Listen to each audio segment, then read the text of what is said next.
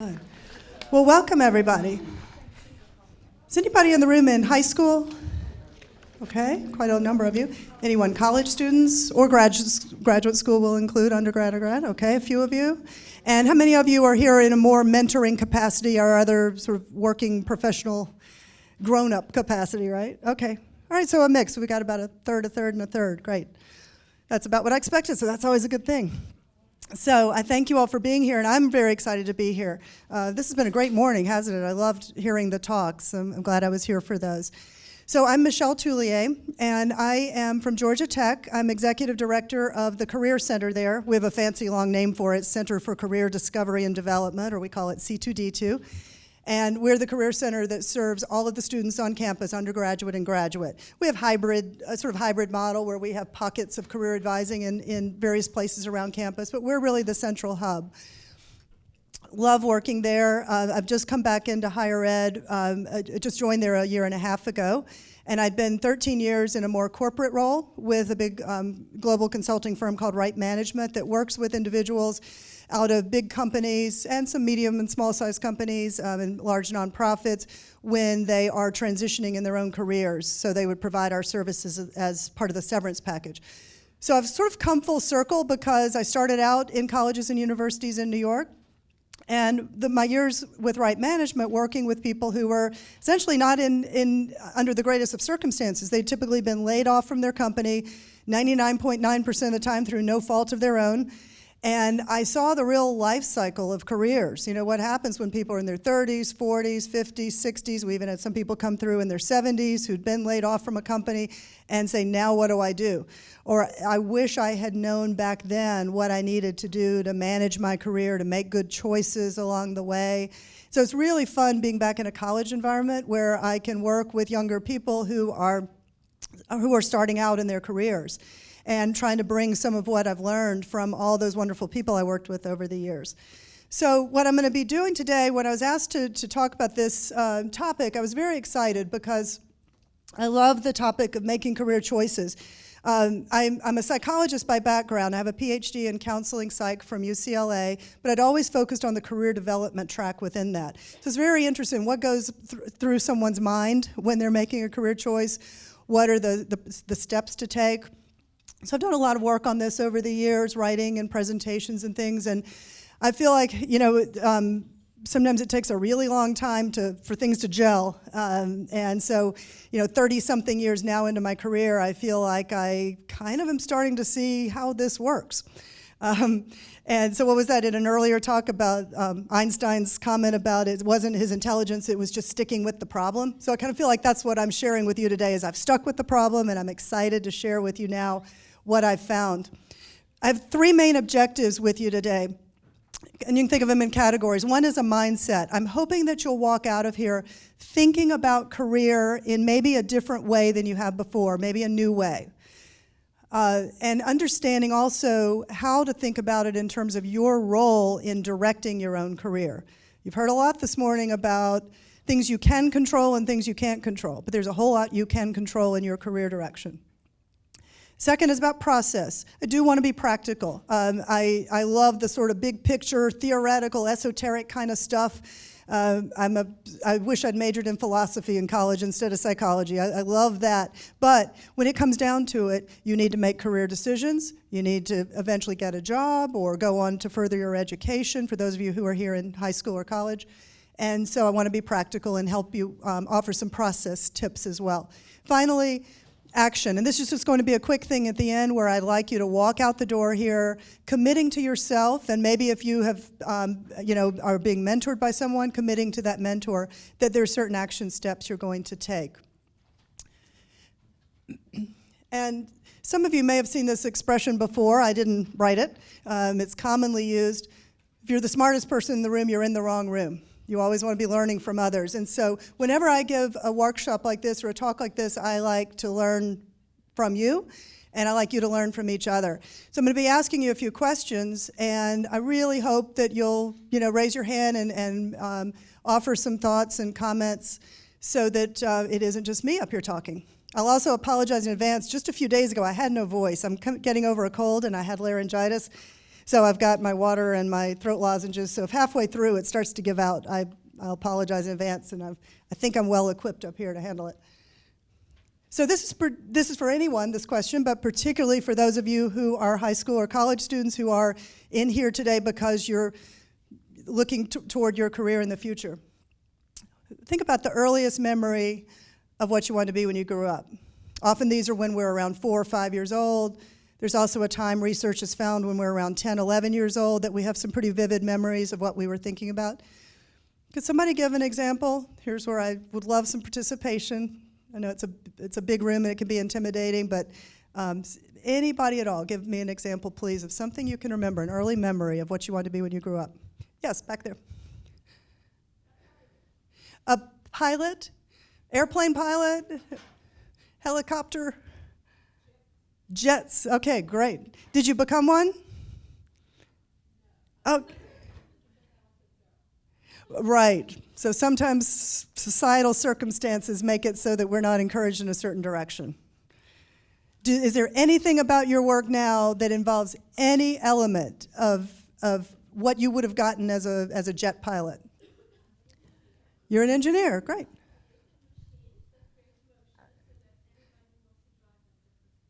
Excellent. So great example where there's still a little glimmer of that early memory. Anyone else?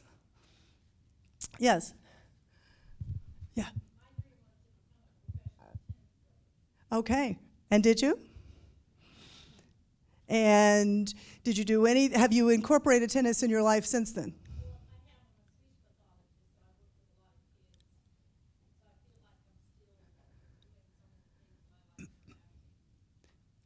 Excellent. Okay, great. What else? There was another hand over here at that table. Yes, you. Mm-hmm. Yes.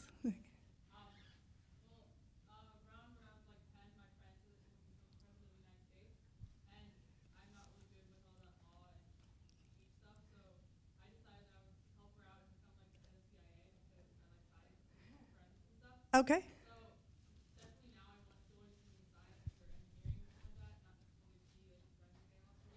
Yeah. Excellent. Great example. Some of you might have had some early ones that just weren't realistic. They're just not something that's going to happen, or now later you realize, why in the world did I ever think I wanted to do that? But often our early memories of career give us little clues as to what is something we're going to want to go into. And my daughter is 17. In fact, in a couple of weeks, she'll be 18. I remember when she was little, she wanted to be a school bus driver. And then when she was a little older, she wanted to be a Broadway actress. Well, now she doesn't want to be either of those things. She's thinking maybe she's going to major in psychology in college. She might want to be a psychologist. She might want to be an English teacher or English professor. She loves literature. So, often our early memories are they're very childlike. They're based on what we know, who we know. But it's a starting point to think about. Now, you may wonder what this has to do with career, but I hope you're not wondering too much, because I hope you think that you can be happy in your career, that it isn't about just toiling away at a job that you're not happy in. Who is somebody you know who you think's a happy person?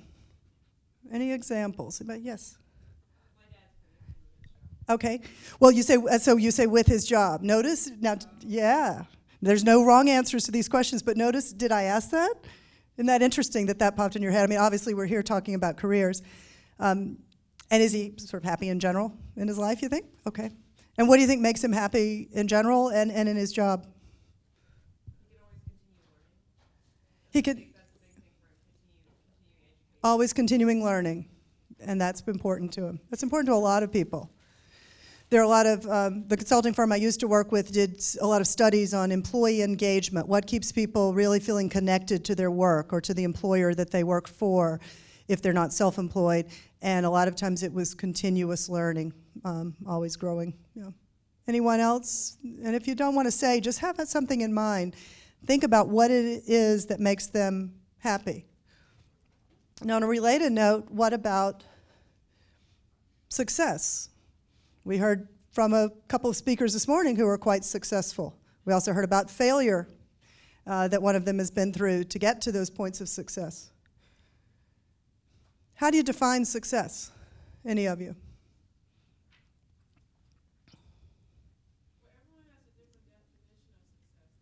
Okay.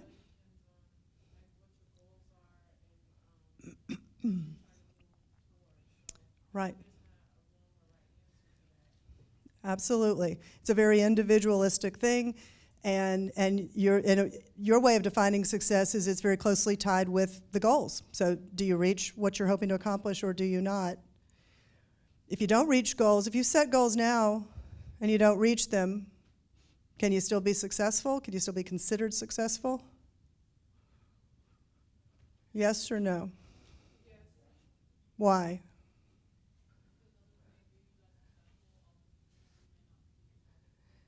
Right. Others may view you as successful and you tried, right? Or what if your goals changed along the way? We're going to be looking at that, about how career goals, particularly that you may set now, may not be so relevant down the road. We have a few of our cross-country runners, our distance runners here, right, from Clarkston? Hey, guys. So do you have goals when you're when you're training? Do you have goals for certain time and distance you want to cover in amounts of time? Do you set goals, or does your coach set goals for you? Okay.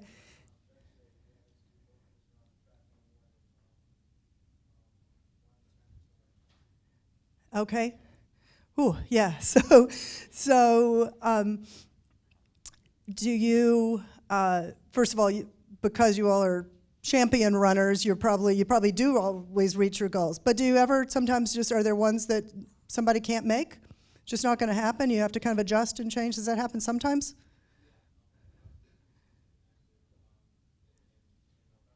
Mm-hmm.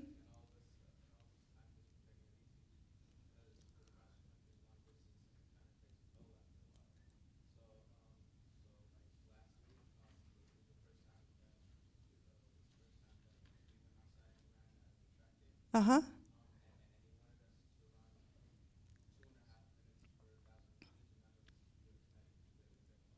Yeah. Because you'd all gotten out of the habit of it and not quite at your peak training capacity. Yeah. So you adjust. Same things happens in our careers. I mean, in fact, I think long distance running is a good analogy, because sometimes in our careers, you know, you're sort of running, going forward, always looking to advance, and that doesn't always mean climbing the ladder. That can mean advancing in other ways, acquiring new skills, learning, taking on more responsibility, and sometimes you need a break from that. Sometimes you need to adjust your goals. So the reason I bring all these things up is that I'd like for us to spend a little time taking a look at the concepts of career, of happiness, and success. Now, years ago, I'm 53 years old, so those of you in high school in the room, that's ancient, right? So I've been doing things related to career counseling for a very long time, 30-something years.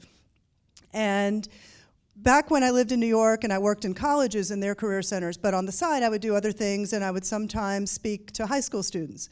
So this very workshop that we're in today, this was 20 or 30 years ago, I would be having you fill out paper pencil exercises on taking an inventory of who you are, you know, your strengths, your interests, maybe a little quiz about your personality type, and then I'd put up on the screen some occupations that tend to match up based on, you know, your profile.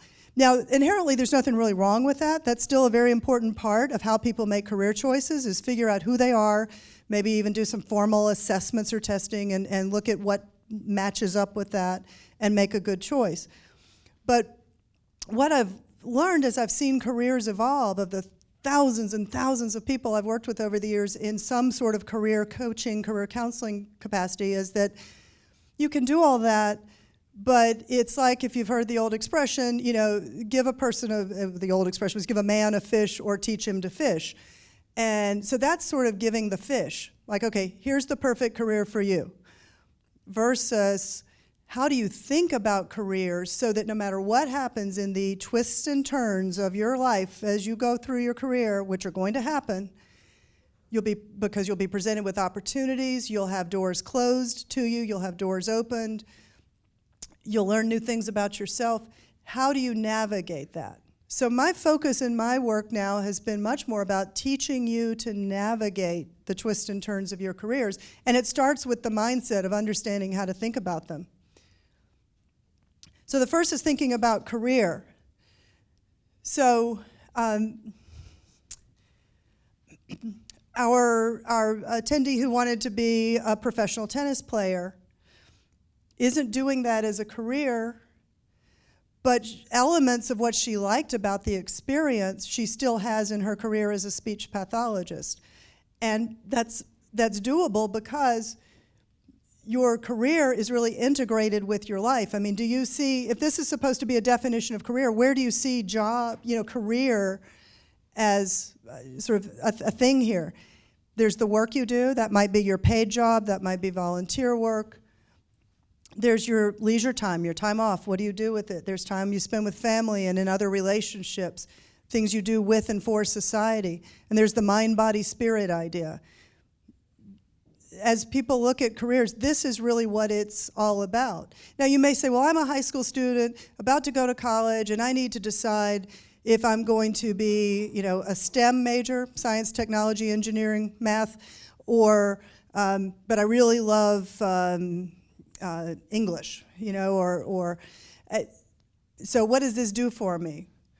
Well, this doesn't give you the perfect answer, but what it does do is say, okay, if I go in one direction because that's the kind of work that I end up doing, that I think I want to do, something I want to study, I want to earn a certain amount of money, or I want to have a certain way of working, and yet it doesn't satisfy everything in your life because maybe there are interests you have that aren't incorporated in your work.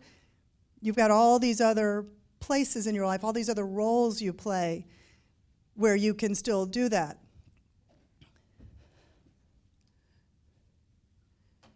And then happiness. I've been talking a lot about this lately when I've been making presentations because, first of all, at Georgia Tech, there's been over the many decades of the school, there's been kind of a sense of Georgia Tech students aren't happy because they're working so hard. It's such a rigorous curriculum, and that's true at a lot of schools. And there's been kind of a movement in Georgia Tech to say, wait, this is not right. No, we're not going to make it easy, but we don't want people to be miserable. And this applies to the greater world. You don't have to be at Georgia Tech for this to be a factor. I have been talking to alumni groups, and when I ask in advance of planning my talk what is on their minds, they say the sense of fulfillment, the sense of just plain old being happy, that something's missing, something's lacking. And when I look at definitions of happiness, and there are a lot of actually very official definitions of happiness out there because there are big studies done on that. Who's happy in which cities in the US, who's happy in which career fields, all kinds of happiness studies. So you have to have an index, that measures what is a degree of happiness. And obviously it's a very hard thing to get a handle on. But this is a psychologist who's done a lot of work in the area, and I love this idea that what I'd like you to see here is look at it's combined with. It's the usual things we would think. It's being content. It's having a positive sense of well-being. It's enjoying, having joy. That's just one element of happiness. Look at what she combines it with. A sense that one's life is good, meaningful, and worthwhile. And I'm going to pick back up on this more in a little bit when we get into the practical part about how to make career choices. But think about, has anyone done, particularly I'd love to hear from the high school or college students, have you done any sort of community service, whether it's even in a formal way or you just helped out a friend or a classmate? Anybody have an example of that, or that you felt you were happy, that made you feel happy? Yes, and then I'll come to you. Yeah.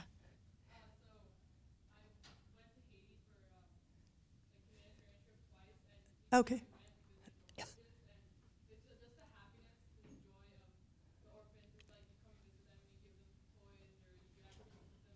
Mm-hmm. Yeah. Right. What is something else in your life that's not a doing good kind of thing, but just makes you happy? Something real trivial, like what? Sleeping, exactly. Yeah, then yeah, sleeping makes me happy too. So look at the difference here. You know, it's the real sense of fulfillment, the real happiness comes when you're not just doing something that's kind of fun, enjoyable, feels good, but you combine it with something else. Back in the corner by the blue balloon, you had your hand up and I didn't get to you yet? Yes. Hey.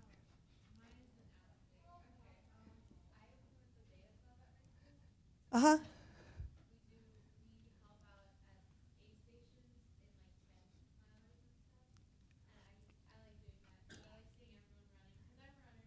Uh-huh.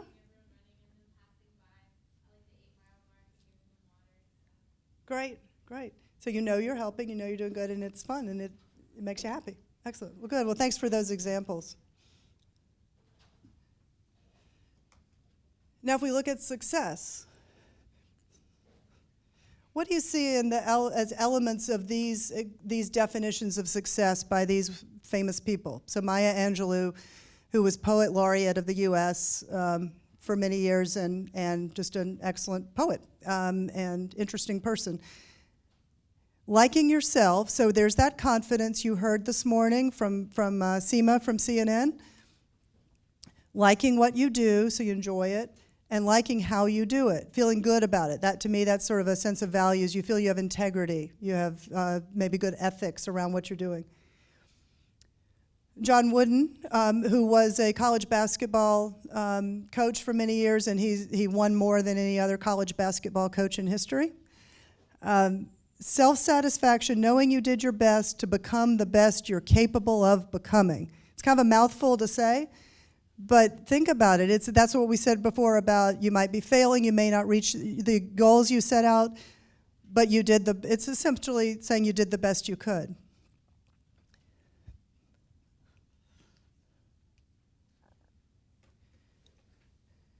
Now again, failure was a big theme in the talk this morning, or just before lunch. So here we have good old Winston Churchill, going from failure to failure without losing enthusiasm. When I heard Seema talking about that, I was so excited that I was going to have this up on a slide because there it is. And then with Deepak Chopra, we have a slightly different take on it. Look how he's combined success and happiness. It's the continued expansion of happiness and the progressive realization of worthy goals. So you're doing something that makes a difference. Have any of you ever thought, maybe up till 1 minute ago or maybe years ago, that success was about a certain level, achieving a certain level in a career, a certain amount of money, being famous? Anybody willing to own up to that? Thought of that as a definition of success? Yeah, I know it's not the kind of, yes, back there too. Thanks for raising your hands. I know it's not the kind of thing you want to, yeah, that's what I thought. Think how limiting that is for you and how ultimately really unsatisfying. I mean, I could have slide after slide of quotes of other people we know that we consider successful in the money, fame, and fortune category. And when you read things they've said or hear them interviewed, it's never about the money, the fame, the fortune. It's about what have they done to contribute to society. That doesn't have to mean that everybody in this room has to walk out there and be a social worker. You can go out there and be a successful corporate lawyer. You can go out there and be an investment banker. You can go out there and do things that aren't necessarily considered do-good kind of fields. And so you can be successful in the traditional sense. The high salary or an entrepreneur making lots of money from your own business. You can become famous in your field. You can reach a high level in your field. But will satisfaction come from it? Will you feel fulfilled? You might if you also feel that you've made a difference. And you can make a difference in any field, anything you go into, even if it's not a so-called do-gooder kind of field. So I just put this here because when you think about career and the choices you make, I'd love for you to keep some of these words in mind because I pulled all of these words from this wasn't like a word cloud I just pulled off Google Images. I pulled these words myself from those definitions of success and happiness. That it's about being engaged, connected with what you do, connected with others. It's about growing, making an impact, persevering, failing, evolving, having a sense of service. So as I said, when you walk out of here thinking about your career choices, and you will have those days, those of you in high school and college, those days when you're thinking, oh my goodness, I'm overwhelmed. I don't know if I should be a this, or a this. And I can see that all of those could be good choices for me. Or what am I going to major in college? Relax.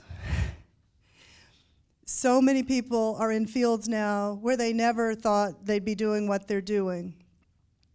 Now, there are those people who follow a very linear track, and that's great. That's okay. It's more than okay. It's really good, because it's an easier path. Even there, though, their careers are going to take twists and turns. And so it's helpful to just keep these kinds of things in mind, that if you're connecting with something, if you're thinking about what can I do that is a worthy goal, and you're not so hung up on, okay, what are my skills, what are my aptitudes, what are my interests, and there must be the perfect career out there for me. You also heard, I loved Seema's talk this morning, I loved both of them, but in particular with hers, you heard her say there is no perfection. And the same is true with career choices. There's no such thing as making the perfect career choice. But there is a way to have a process to follow. And I'm going to start on the be contrary and start on the things you shouldn't do. Now, some of these things are not terrible to do by themselves. They're elements, they can be pieces of the process, but these things, each of these things alone is not going to be the way to choose your career. A lot of times people say, well, what are the hot jobs out there? Okay, so should I go, let me look at the list and see which one I think I could do or could enjoy doing. So you find yourself saying, well, okay, there must be something in healthcare for me because it's the fastest growing field, arguably, but probably generally in terms of careers, the fastest growing field. There's lots of opportunities in it. Or is it something related to computer science? Is it something related to sustainability, the whole category of green careers? That's fine, because that's a practical way to think about where are the job opportunities. You don't want to go into something where the field is dying and there are going to be no opportunities. So I'm not saying don't be practical, but at the same time, a lot of people just get hung up on that. And I obviously operate in an environment that's all about STEM. I mean, we have an excellent liberal arts college, we have a college of architecture, we have a great business school, but Georgia Institute of Technology, we're all about technology, about engineering, about computer science. That's the vast majority of our majors. So I know what an advantage those students have. STEM is great to go into, whichever aspect of that interests you or you have aptitude for, because our students are very in demand, and students from other schools who come out with STEM majors are very much in demand. And you don't have to work as hard to find jobs. But what if it's not right for you? Or even within that, how do you determine where you're really going to be most, again, happy? It's not always just because it comes up top on the list as fastest growing career. I won't go through each of these in detail, but generally speaking, you kind of get the drift here. You see that it's not just about what do your parents think you ought to do, what does your mentor think you ought to do. All that input is valuable, and it's something to consider. But it's not the only way to go about it. The other theme here, because we're going to talk in a second about the way you should go about it, the other theme here is this idea of just waiting and waiting to find your calling, that vocational calling that bubbles up inside you, that passion. And this morning there was, I think both speakers used the phrase, follow your passion or be passionate about something. So there's nothing wrong with that. But there is some damage done there sometimes. In fact, last summer I was visiting some other career centers at other colleges, and I was at University of North Carolina, Chapel Hill, talking with their career center people. they've labeled their career center a no passion zone. Now, doesn't that sound like kind of a downer? Like, what? You don't want students to be enthusiastic and energized and feeling, oh, I'm passionate for this thing I'm going into? The reason they've done it is that it can do you a real disservice, because if you spend your whole life trying to think, well, there must be something that's my passion, I'm not feeling it. And I tell you, again, tens of thousands of people I've worked with over the years at all stages of their career transitions, so often it's like this thing they're dragging around, like, I'm supposed to find my passion, and I keep doing all these things to find it, and it's just not there. Some people do find it, but not everyone does. And that's because if you just keep kind of looking inward, expecting it just to come, it usually doesn't. So we're going to look in a moment about ways that you can find it, but it isn't this sort of mysterious thing inside you. And that is part because that's thinking that it's all about you, as opposed to what you could do for others. And if it's all about you, it's like you think that you come into this world with perfectly suited for some career, and if I just know myself well enough, I'll know what I want to do. And that's not how careers evolve. I see smile over there, I was talking to some great women who are here from an AT&T employee group who help out with this conference, and hearing about kind of career paths and how, once you get into, say, if you take a corporate career track, once you get in, you just start learning about yourself. You never really know, where is there a need? How can I contribute to the organization here or there? I never knew that was a job. It just sort of evolves. And it's not about you saying, oh, that's my passion. It's about just looking around outside of you to see where can you do something that would do some good. So something I've been working on is this, and I'm not the first to think of this, but I'm trying to pull together kind of other people's approaches into a new way of looking at it, an outward-inward approach to career choice. So look at this quote from Aristotle. I sometimes call Aristotle Earth's first career counselor, because after all these years, look at how relevant this is. So think about what he's saying. Where your talents, and by talents that can mean a whole bunch of things. You don't have to have talent is a scary word, because if you're not an artist or a talent for designing airplanes or something, you think you don't have talents. But talent can mean your skills, your capabilities, the things you gravitate toward, the things you're interested in, your work style, all of that, your talents. Where do those intersect with the needs of the world? Therein lies your vocation.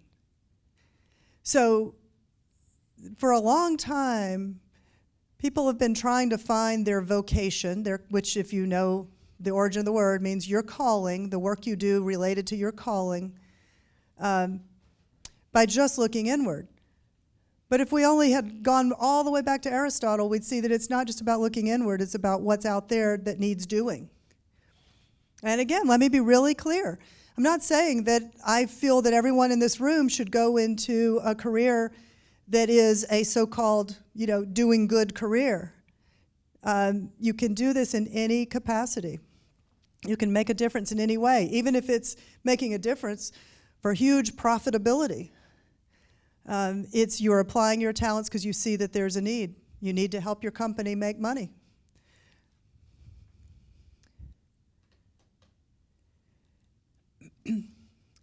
And as I said earlier, you're not necessarily going to pick something and keep doing it. For those of you who are in the room who who are working professionals, who are maybe here as mentors or some other capacity with this conference, as opposed to the students, are any of you just doing exactly what you thought you'd do when you really set out in your career? Anybody at all? No. Yeah, I see no hands up, right? And some heads even shaking, like, no way. And I'm not. I mean, did I think I'd be standing up here? So I can actually remember, in fact, it's probably buried in a box somewhere in my parents' attic or basement, but I can still remember the piece of paper. Again, I'm dating myself because I know it's all online now, but back when you took the SATs as a high school student, you'd get this piece of paper and it would show your score, get it in the mail, and it would show your scores. And also back then, I don't think they still do this, but some years they would ask you when you registered for the SAT, not only to select the colleges that you wanted your scores sent to, but to check off career fields that interest you. And I can still remember that I checked off language interpreter because I was a big student of French. My family didn't speak French, but that's my origins, and I loved French language, and so I thought, well, I don't know, okay, I'll check interpreter. If I was an interpreter today, first of all, I'm really not good at listening. Not that I don't want to listen to people, but I really don't hear things well. Like, I don't process things. I'm not an auditory person. I'm a visual person. And so I'd be a terrible interpreter because, you're having to just process what you hear. And I think I checked off public relations because once my father had mentioned that I'd be good at public relations. Well, he was a dentist. He didn't know anything about public relations. I don't know where he got that idea. So how random was that I checked those things? And I've not gone in that direction at all, and most people don't. So I love this idea that it's continuously sculpted motivation. And why is that word motivation there? And why is it sculpted? Because it isn't just that you're floating through life in your career having things happen to you. You're actually sculpting them. You're carving out the directions that you go. And you're motivated to do that. You're motivated to continually look at what do you want to do, what's out there, and where can the two meet, and you can find satisfaction. And I'm going to go back a bit to right there. Something I want to wrap up with before we start talking about action is this is probably really the meat of what I have to say in terms of things that you can really take away from a practical sense. So we've talked about what not to do and the ways that might take you down the wrong path or really more likely lead to frustration. When I had the what not to do screen up, I want to be clear that that it's not like they're bad career choices. You heard, again, a good theme this morning of making mistakes. And that's okay. People who think they want to be an entrepreneur, start a business, and it doesn't work out, that's okay. You can make mistakes. But this outward-inward idea I was talking about, if you look outward first, the problems to be solved, the challenges to tackle, things to improve, ways you can make a difference, about impact. How can you have an impact? Can anyone, whether you're currently a student, not started your career yet, or someone in a career, give me an example of something like this? It doesn't have to be a whole career built around this. It's just something that you see out there in the world that you'd like to fix. Anybody at all? I know it's a big question. All right, if not, I have an example, and it actually just came up this morning. So my stepson, who's in his 20s, is visiting us this weekend with his girlfriend, also around 24, 25 years old. And I asked her, when did you know that you wanted to do what you're doing? So she's just completed a master's in social work, and she is working for a nonprofit organization up in Philadelphia that works with domestic violence. And she does education and facilitates training sessions to train counselors and social workers working with people who are victims of domestic violence. And she said, no, when I was young, I knew a couple social workers that my family knew, and I thought that what they did was kind of dull. I didn't really have any interest in going into that field. It only turned out later that getting an MSW was the degree that was going to let me do what I wanted to do. She said, in college, my interest was in human rights, like global human rights. And so she got an internship with an organization in New York called the Center for Constitutional Law, which is the cool place to work if you think you want to go into law, if you want to be a lawyer and you want to go into kind of human rights law. I mean, like, they represent the people who are imprisoned in Guantanamo Bay, to give you an example of what level they're dealing with, of problems to solve. She said she did that internship and she realized she didn't want to be a lawyer anymore. And she didn't even really want to work with human rights anymore. It wasn't like she didn't care anymore, but she didn't want to work in it. And so instead she went from that to being with a community organizing, an interfaith community organizing group.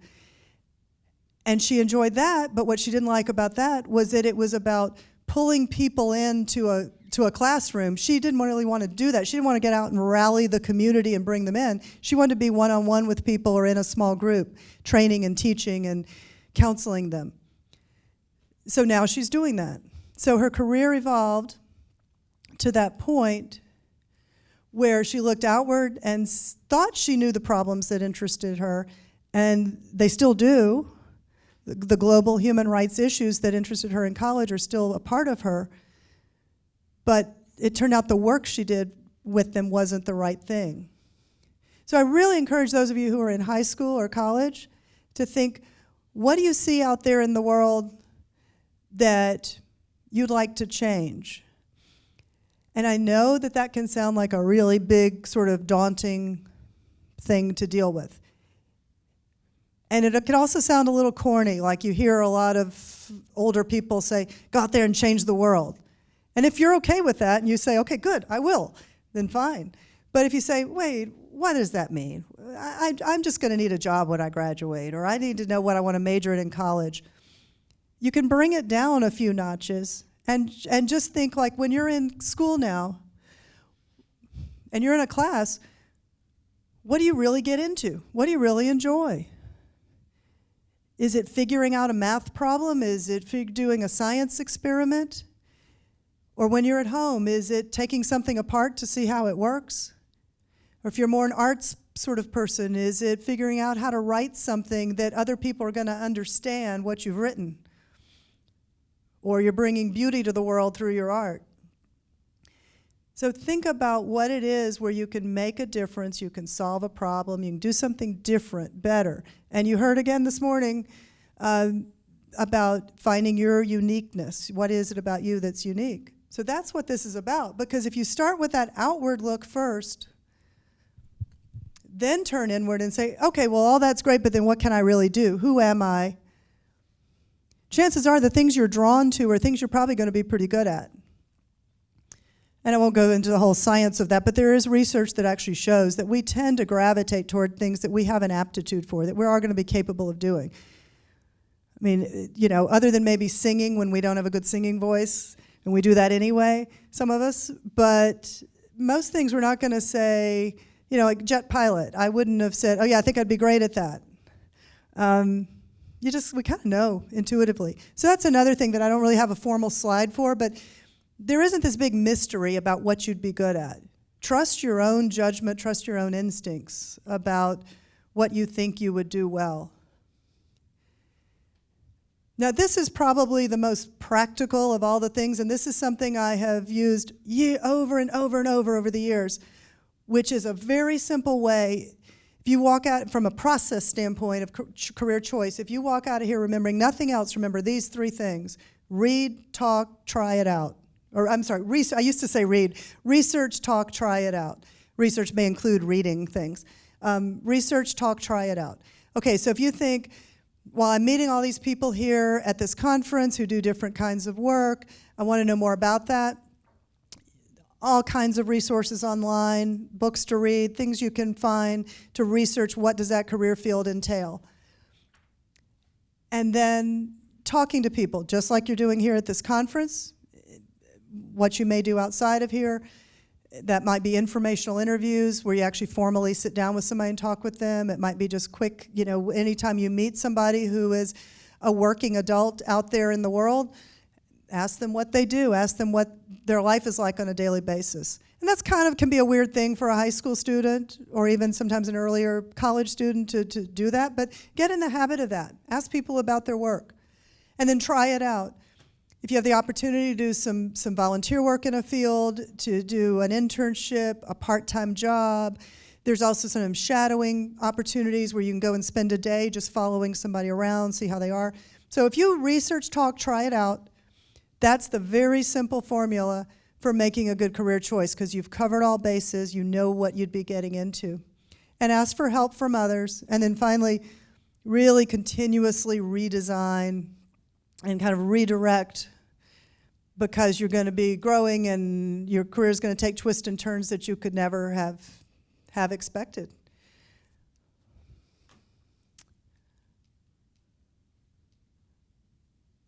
Any questions or any thoughts on this at all? I'd love to know if the, and I know we probably need to wrap up. How's the timing in terms of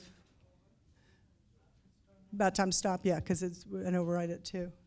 So, but I will hang around a little bit. If you didn't get a handout, feel free to come up and ask so that you have some of this as a takeaway. And I also have my cards up here if anybody has questions, if you want to email me afterwards to let me know. But I appreciated that a lot of you were brave and raised your hands and gave examples, and that makes a huge difference for yourselves and for the rest in the group. So thank you all so much for your time and attention. I wish you all the best in your careers.